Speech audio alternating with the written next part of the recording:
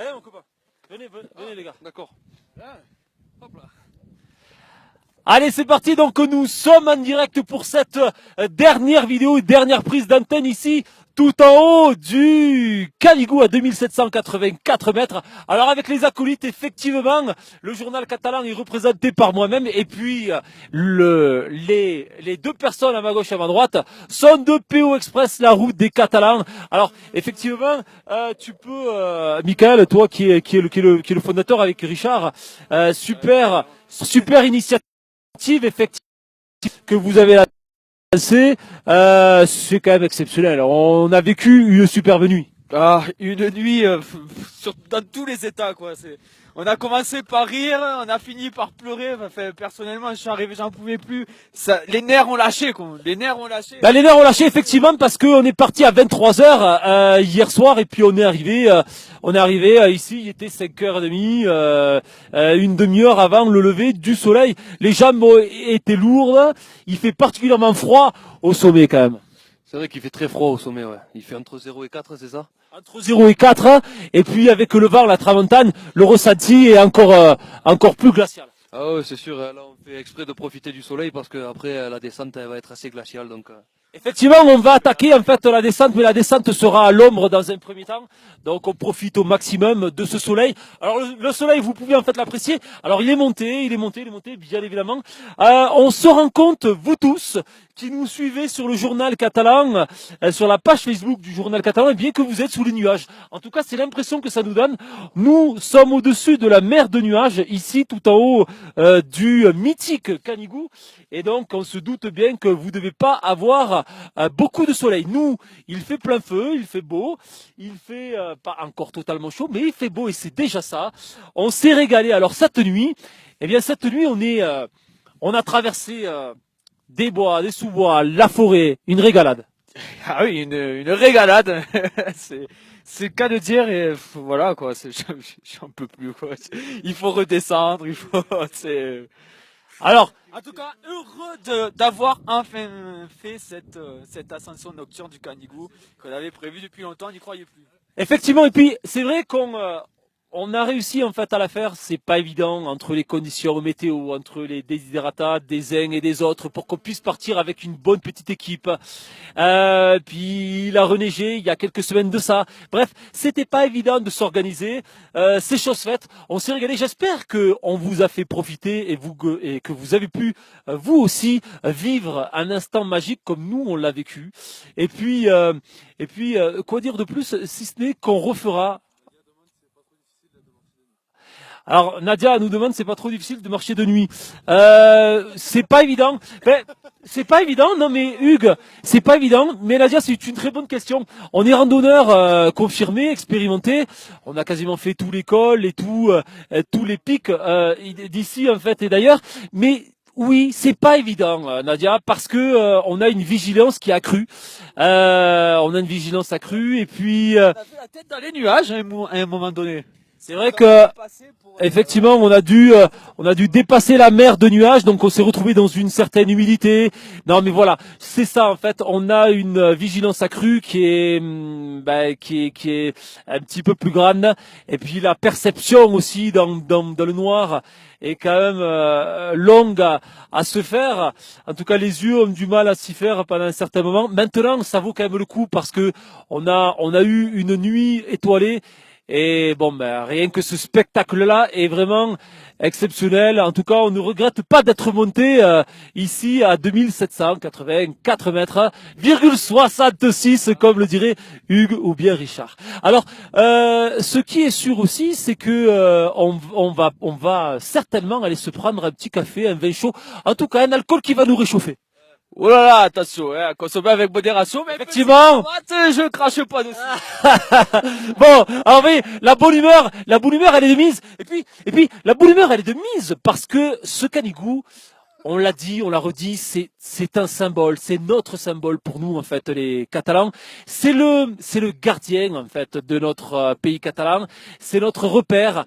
Et puis en haut justement en fait de ce repère, on s'est rendu compte qu'il y avait une cohésion. On a rencontré une vingtaine en fait de personnes, On a même eu Super Catalan déguisé au sommet qui nous a fait l'honneur de répondre à une petite question. Richard, je t'écoute.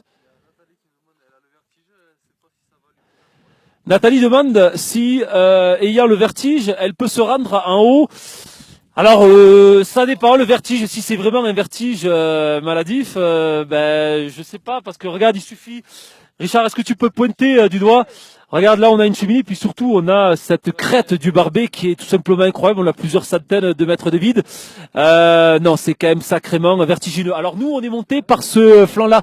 Je sais pas si en vidéo, en fait, on se rend compte. C'est simple. Il y a 300 mètres de dénivelé en l'espace de 30 minutes de montée. Donc, ça reste quand même très on est en bonne santé, qu'on n'a pas de problème cardiaque, pas de problème d'asthme, pas de problème pulmonaire. Voilà, dès l'instant où effectivement on n'a pas de problème en fait de santé, qu'on est un minima sportif, qu'on randonne un tout petit peu, on peut faire le Canigou. Après, il y a faire le Canigou et faire le Canigou. C'est-à-dire que ce qu'on a fait cette nuit, partir, faire une randonnée en tout et pour tout aller-retour, entre 12 et 14 heures, franchement, c'est hard, c'est vraiment, c'est costaud. Maintenant, monter en 4x4, monter en voiture au refuge des Cortalais et puis faire les 2 heures de rando aller et 1 heure et demie retour. Si on est un minima sportif et qu'on n'a pas de soucis de santé, c'est accessible. Alors, je reviens sur ce que je disais tout à l'heure. Tout à l'heure, j'étais en train de dire, d'ailleurs, je vois qu'il y a un Super Catalan qui nous regarde. Kevin alias Super Catalan. Donc, il s'est rhabillé. Tout à l'heure, il était tout nu. Ensuite, il s'est mis en Super Catalan.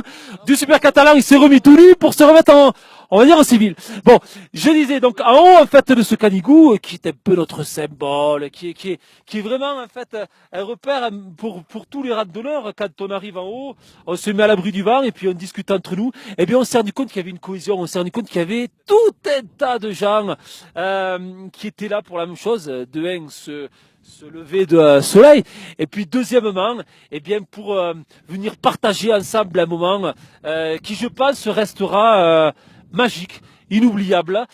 C'est dingue d'ailleurs le nombre de personnes à 6 heures, à 5h30, 6 heures en fait, du matin qu'on peut trouver sur une fin juin. Écoutez, j'ai été particulièrement surpris, pourtant c'est pas ma première ascension. En tout cas, ça fait toujours plaisir de pouvoir partager un tel moment à plusieurs. D'ailleurs, vous qui nous suivez sur le journal catalan, vous allez pouvoir vous rendre compte qu'on a fait une photographie avec une banderole du journal catalan. On était une vingtaine en fait de personnes. Bref, c'est exceptionnel. Une fois de plus, c'est à faire à refaire. Alors là, on a effectivement notre Michael de PO Express qui fait un peu le pitre à se prendre en photo, mais il a bien raison parce que la vue derrière avec la mer de nuages est incroyable. Alors après, on peut aussi de ce côté-là, il y a peut-être pas de connexion. Alors hop, on a retrouvé en fait la connexion. De ce côté-là, en fait, Richard, on a toute la chaîne du Carlit. Alors vous voyez qu'il y a quelques petits faucons qui passent aussi, qui tournent tout autour du pic de Canigou. En tout cas là-bas, je vous le disais, on a toute la chaîne du Carlit qui est vraiment bien plus enneigée que la chaîne du Canigou. Et puis voilà, puis sinon une mer de nuages qui s'étend un petit peu de ce côté, mais surtout de ce côté-là. Alors, de ce côté-là, effectivement, on le voit, les nuages sont très présents, ils recouvrent même la mer, alors qu'il y a encore 1 heure de ça à notre arrivée pour filmer ce lever de soleil. La plaine était complètement dégagée, il fallait se lever tôt ce matin pour avoir du beau temps, il fallait se lever tôt pour profiter à minima du soleil. Nous, on en profite, vous le voyez, on a les rayons qui sont encore sur nous, je pense même qu'on devrait les avoir durant toute notre descente dès qu'on passera les zones d'ombre qui sont effectivement dues au sommet, au pic du Canigou.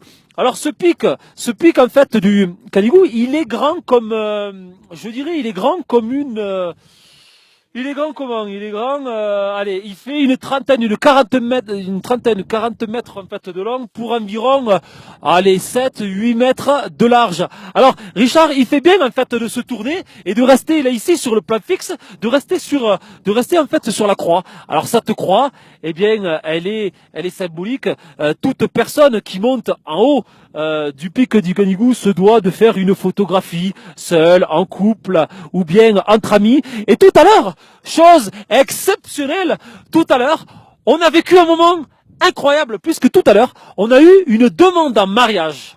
Au moment où le soleil s'est élevé de la mer, est sorti en fait de l'horizon de la mer, eh bien on a eu un jeune couple d'une trentaine d'années, qui se sont demandé leur main. Alors je vous cache pas, bien évidemment, ça a été l'explosion de joie, d'applaudissements, un moment incroyable qu'il est toujours bon de vivre une fois dans sa vie, au même titre que de monter au Canigou. Alors bon, le Canigou, je vous en parlais effectivement. Ça fait qu'une quarantaine de mètres de long pour une dizaine de mètres de large. Il y a cette croix symbolique mythique. Et puis il y a, Richard, il va nous pointer, il y a aussi également cette table d'orientation. Alors attendez, je vais enlever en fait mon sac. Hop, cette table d'orientation sur laquelle on retrouve effectivement les différentes orientations. Le nord, l'ouest, l'est, le sud. Et puis on a aussi les différents pics. Alors là, vous voyez ici, il indiquait Pitch Carlic. Carlite, donc le sommet en fait du Carlite, je vous le disais, c'est la chaîne en fait qui se trouve là-bas. Le Carlite, n'oubliez pas qu'il est le plus haut sommet de Catalogne, que ce soit nord ou sud, 2931 mètres, hein, un petit peu plus haut que le Canigou où nous nous trouvons, qui lui est à 2784 mètres. Puis voilà, donc cette rose en fait, cette rose des vents, cette table d'orientation, eh bien elle est magnifique, elle est en couleur, et puis elle est aux couleurs de ce Canigou, c'est-à-dire elle est pleine de joie. En tout cas, elle nous évoque de la gaieté. Et puis, je pense que c'est pas peu dire de dire que c'est une excellente chose de l'avoir préservée. Elle n'est pas abîmée. Et je trouve ça exceptionnel de la part des randonneurs de préserver cette table, ce lieu ici au pic du Canigou. D'ailleurs, tous les refuges que nous avons faits pour monter ici sont relativement propres, en bon état. On n'a pas trouvé de dégradation en tout cas. C'est bien là que l'on voit que la nature, que les randonneurs ont pour principe et pour habitude d'avoir une certaine